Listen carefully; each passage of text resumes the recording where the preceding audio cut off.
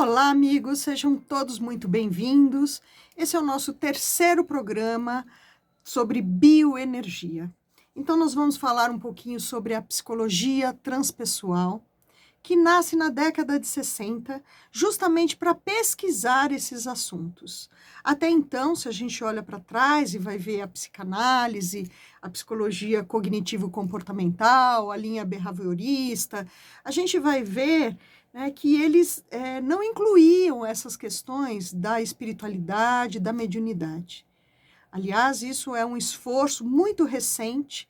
Agora, em 2015, Dr. David Lukoff conseguiu incluir no DSM-4 as questões da espiritualidade, principalmente, né, da mediunidade, da incorporação, como fenômenos que precisam ser estudados. O nome desses fenômenos, né, ficou um pouco feio, fenômenos anômalos, né, que antes era do departamento lá da parapsicologia, né, e hoje a gente chama fenômenos anômalos.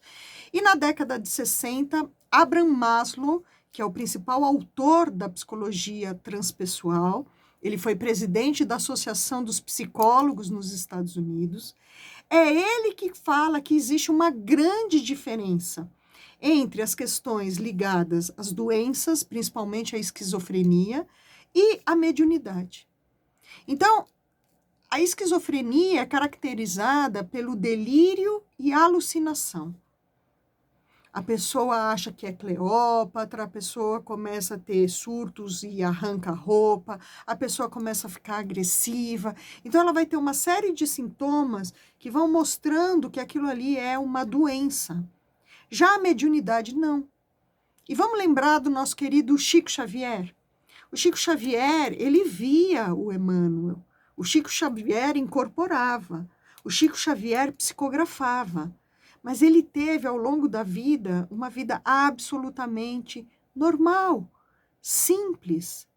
Essa é a grande questão, né? Então, na década de 60, esses autores transpessoais, eles vão estudar isso e incluir isso como uma parte importante do ser, né? Não tem como a gente se desenvolver sem a gente olhar esse lado da nossa sensibilidade. Uns vão ter, né, uma sensibilidade maior, outros menor, mas tudo isso, gente, pode ser desenvolvido, né? Quando a gente vai fazer um curso, né, de mediunidade no centro espírita, na apometria, ou se dedica lá para uma linha de umbanda, isso vão sendo feitos treinos de desenvolvimento, né, de abertura, para que a gente entre mesmo nessa outra dimensão. Então, tem uma grande diferença, né, entre esquizofrenia e mediunidade. A gente tem uma pesquisa que foi o meu coordenador lá no Instituto de Psiquiatria, Dr. Frederico Camelo Leão, que, né, estava entre os pesquisadores que pegaram 10 médiuns brasileiros, levaram para a universidade na Pensilvânia, conectaram esses médiuns naqueles aparelhos mais modernos, de PET scan, que vai fatiando o cérebro, né, e pesquisaram aquela pessoa, um incorporado, o outro, né, com a clarividência aberta, o outro com a audiência aberta, né? Então, escrevendo, né, vendo a aura ali das pessoas, do ambiente, e analisaram o cérebro. E depois de um tempo, essa mesma pessoa numa atividade normal, né, absolutamente normal. E aí, analisaram de novo o cérebro. Eles colheram evidências que nessa hora da mediunidade, uma área do cérebro se ilumina. Isso foi um artigo científico publicado em revistas e jornais acadêmicos do mundo inteiro. Só você botar no Google, né, pesquisa de neuroimagem com médiuns brasileiros, você vai ter a pesquisa na íntegra. Aqui no Brasil foi capa da revista Veja, super interessante, enfim, saiu em tudo quanto foi lugar. Então, o que está faltando? A gente estudar um pouquinho, né? A gente, né, entender aí que os novos rumos, né, na medicina, da ciência, eles estão de novo dando a mão. Eu não preciso estar do lado da ciência contra a espiritualidade. Né? Ao contrário, a gente pode complementar. A gente tem diversas pesquisas nessa área. Uma das pesquisas que eu gosto muito é do Dr. Masaru Emoto, com os cristais da água. O Dr. Massaro, ele gosta de vir para o Brasil, uma vez por ano ele vem para cá, e a pesquisa dele foi muito bonita. Ele pegou vários vidrinhos com uma água poluída lá de um rio e deu para inúmeras pessoas segurarem, né? São muitos vidrinhos, segurar esses vidrinhos por 20 minutinhos. Então, ele pediu lá para uma pessoa que, né, faz muitas orações, um monge lá, budista, né, uma pessoa que trabalha com cura energética, mas também pediu lá, né, para um cara que estava preso, um doente com câncer terminal, um outro que estava depressivo. Ele recolhe esses vidrinhos, leva para o microscópio, né, e faz uma análise dessa água. E o que ele descobre, gente? Que essas pessoas, né, harmônicas, que rezavam, que tinham uma vibração melhor, os cristais da água se organizavam igual aquele floquinho de neve. Ficava uma coisa maravilhosa. Em compensação, né, aquele que estava preso, o depressivo, né, o outro que é assassino, ao contrário, o cristal da água absolutamente se desintegrava mais ainda. E é uma pesquisa super bonita de ver, porque essas imagens, gente, elas são muito fortes, né? Não deixa dúvida nenhuma quando a gente está falando de padrão vibracional. Padrão vibracional que ajuda, que melhora, padrão vibracional que adoece. Tem uma outra pesquisa que eu gosto muito, doutora Candace Pert, no Canadá. Ela fez com cevada, com mudas de cevada. Ela dividiu em 3 grupos. Um grupo só recebia água e sol. O segundo grupo recebia palavras, né, amorosas, como você é linda, você está crescendo, tão bonita, né, vitalidade, a cor da sua folha está maravilhosa. E o terceiro grupo, palavras de ódio, você é feia, você não serve para nada, né? Você não presta. E depois de um tempo, ela faz a comparação desses 3 grupos. Aquele grupo que só recebeu água, cresceu um pouquinho. Aquele grupo que recebeu as palavras amorosas, cresceu muito. E aquele grupo que recebeu as palavras agressivas, gente, teve a muda que simplesmente secou, desintegrou, a planta murchou. O poder das palavras. E aí vamos pensar nas nossas crianças, né? A criança vem ali com um desenhinho, olha mãe, desenhei um foguete. Não, isso aí é foguete, coisa nenhuma, isso aí é um rabisco que você fez, você não presta para nada, você não sabe desenhar. Né? Você não é bailarina, nada, você é muito desajeitada. Né? Vai levar para o resto da vida. Né? Isso fica marcado aqui, nesse contorno à nossa volta. Então, a gente precisa entender o poder das palavras, o poder de campo vibracional. Tem uma outra pesquisa que eu acho muito interessante, gente. Eles distribuíram aparelhos que medem a vibração energética do planeta. Distribuíram esses aparelhos no planeta todo. E iam, né, captando, né, esse padrão vibracional, né, que num lugar era maior, no outro era mais tranquilo. Mas no dia 11 de setembro, né, no ataque lá das Torres Gêmeas, o planeta em todos os aparelhos vibraram a mesma energia, a energia do medo. Gente, é isso que acontece com a gente. Né? Nós somos influenciados o tempo todo por padrões vibracionais. E aí que está, né, a nossa capacidade de corrigir isso, de se proteger disso, de captar, de limpar. Né? Então, hoje a gente tem, tanto nos hospitais quanto nas universidades do mundo inteiro, a gente tem pesquisas feitas em Harvard, em Oxford, né, ligados ao campo aí do corpo, da mente e do espírito. Na Universidade de Duke, a gente vai ter um laboratório igual o Centro Espírita que a gente tem aqui no Brasil, que a pessoa vai, incorpora e faz o atendimento, eles têm um laboratório assim dentro da universidade, pesquisando o que acontece nessa hora com esse médium, essa incorporação, aquilo que, né, o médium está lá, né, prevendo, fez ali, né, um premonitório ali de alguma coisa que vai acontecer, e aquilo ali acontece realmente, né? Então, eles estão estudando isso cada vez mais. Então, a importância de a gente abrir a mente, né, sair desse lugar, né, fechado que a gente fica, racional demais, abrir a nossa mente, né, para esse novo que vem acontecendo. A gente tem a pesquisa do Dr. Robert Lanza, que é considerado o terceiro maior cientista da atualidade. Ele foi capa da revista Time.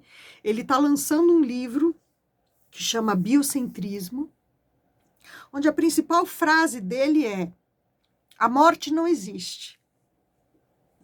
Então, ele está fazendo uma série de pesquisas de experiências de quase morte, né? Aquelas pessoas que têm a morte cerebral decretada, e aí, né, passa-se ali algum tempo e a pessoa volta.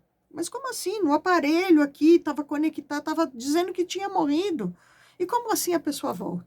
E quando volta, gente, os relatos são sempre maravilhosos, né? Aquela história de eu me vi num tubo de luz, eu encontrei, né, uma pessoa querida que já tinha falecido, eu recebi ali, né, um desafio de fazer uma mudança na minha vida, de viver com um outro propósito.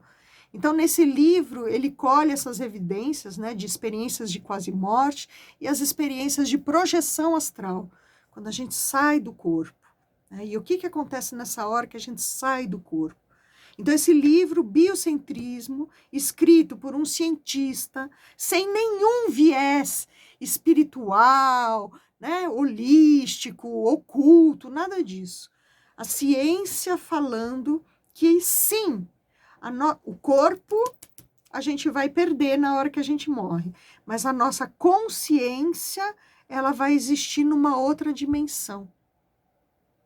E o mais maluco de todos, gente, hoje, com a história da inteligência artificial, o que eles vêm falando é de armazenar a nossa consciência num espaço assim, né, de inteligência artificial, e se a gente conseguiria, né, sobreviver, ou seja, a gente teria ali uma consciência imortal, porque a consciência não morre.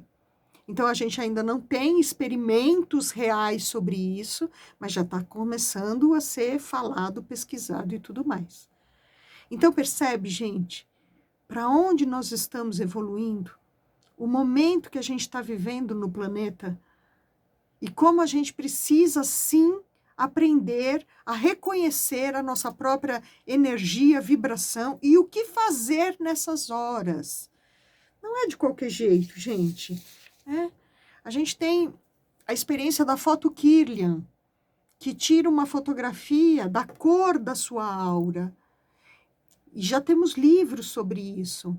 Eu tive, né, há muitos anos atrás, eu tive a oportunidade de fazer uma experiência que foi assim: a gente tirava uma fotografia do dedo, né, que mostrava ali como é que estava a aura. Aí eu fui fazer uma aula de yoga, né, sou praticante de yoga há muitos anos. E aí a gente foi fazer uma aula de yoga e terminava a aula de yoga, a gente vinha e tirava outra fotografia da aura. Gente, é maravilhoso a diferença, né? Então, antes, a aura muitas vezes está lá com uma cor vermelha, né? Cheia de buracos, né? A energia saindo, né? Sendo desperdiçada. E depois de uma aula de yoga, né? Que a gente medita, mantras, acalma a mente, a aura modifica imediatamente. Olha o poder que tem isso, gente. Percebe?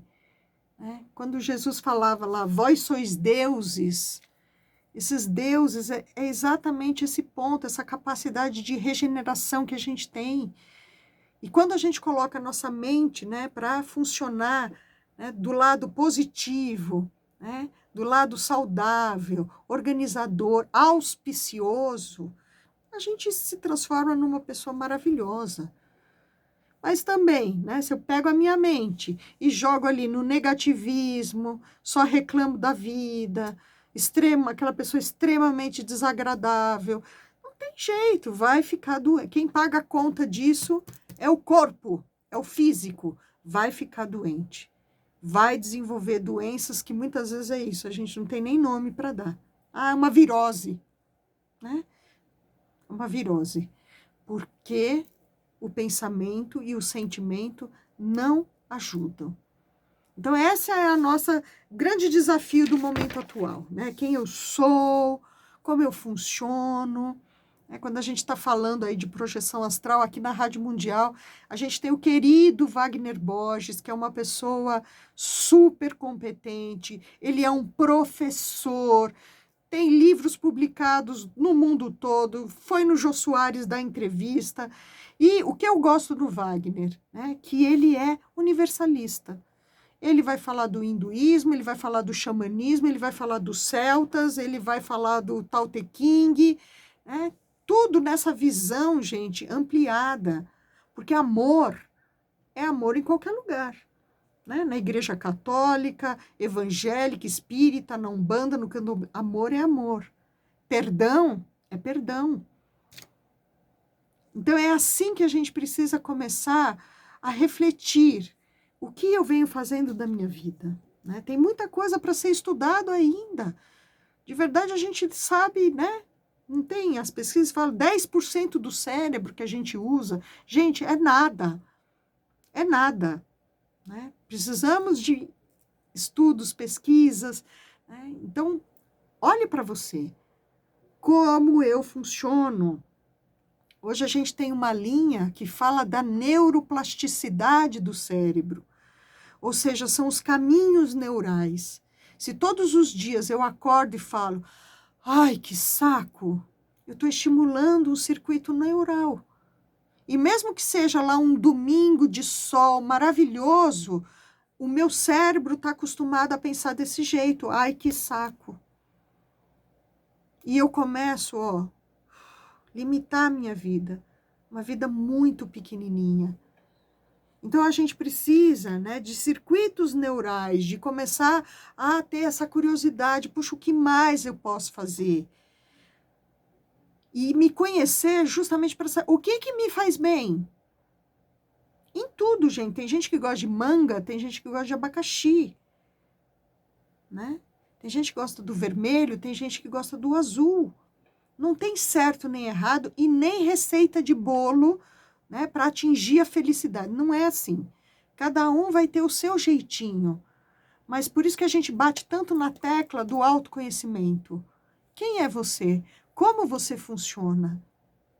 Né? E as pesquisas hoje, elas estão indo para esse campo. Né? A epigenética, que é, né, o campo mais promissor hoje aí da medicina, e que mede aí a contagem de telômero, e eles entenderam que o telômero é o que identifica a quantidade de anos que a gente vai viver.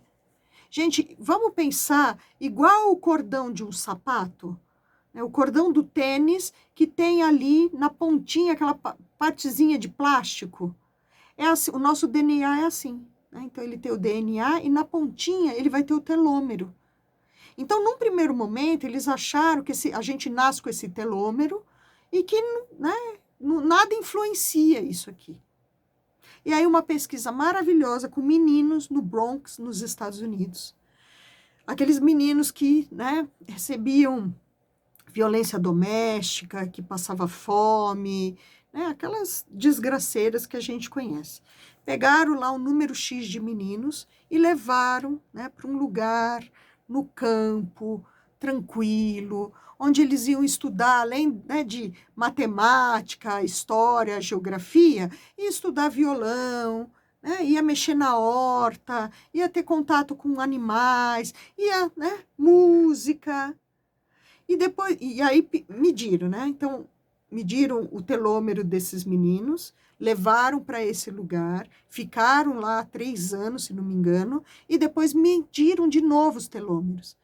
E qual não foi a surpresa quando eles viram que esse telômero aumentou? Então, sim, a gente influencia diretamente o número de anos que a gente vai viver. E não é só o arroz integral, né, que eu como, legumes, verduras, que vai influenciar a minha saúde. Essa qualidade de vida também influencia. Essa subjetividade também influencia. Então, olha que importante isso, né? Muito mais legal do que gastar aquela fortuna naquele creme, né, para rugas, é você ter uma cabeça boa, um bom coração, viver bem, né? Se aceitar do jeito que você é, se acolher, entender que nós somos seres humanos. Nietzsche falava isso, ele dava uma bronca, porque ele falava: a humanidade está querendo virar mito, né? E nós não somos mitos, nós não somos heróis, nós somos seres humanos com muitos problemas, mas dá para ser legal, né? Dá para ter caráter, ética, valores.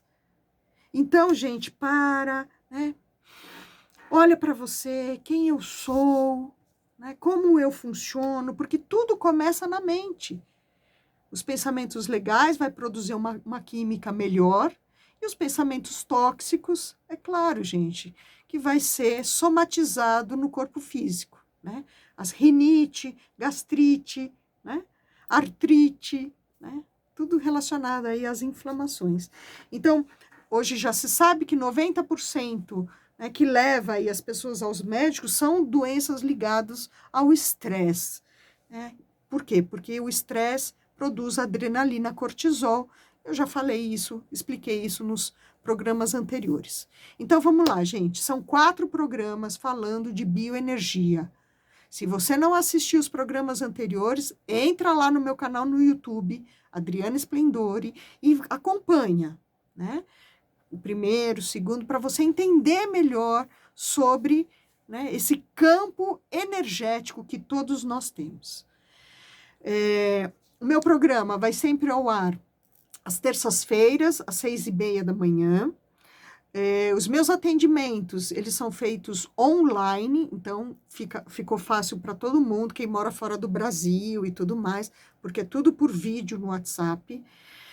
Anota aí meu telefone, prefixo 11 9 6430 9702. Eu vou repetir. 9 64 30 9702. Me inclui no WhatsApp, manda uma mensagem que eu respondo. Vamos marcar uma sessão justamente para saber o que está acontecendo com você, quais são as suas queixas, para onde a gente precisa direcionar o seu tratamento. Eu quero desejar uma excelente semana, com muita paz, muita luz, e até o nosso próximo encontro.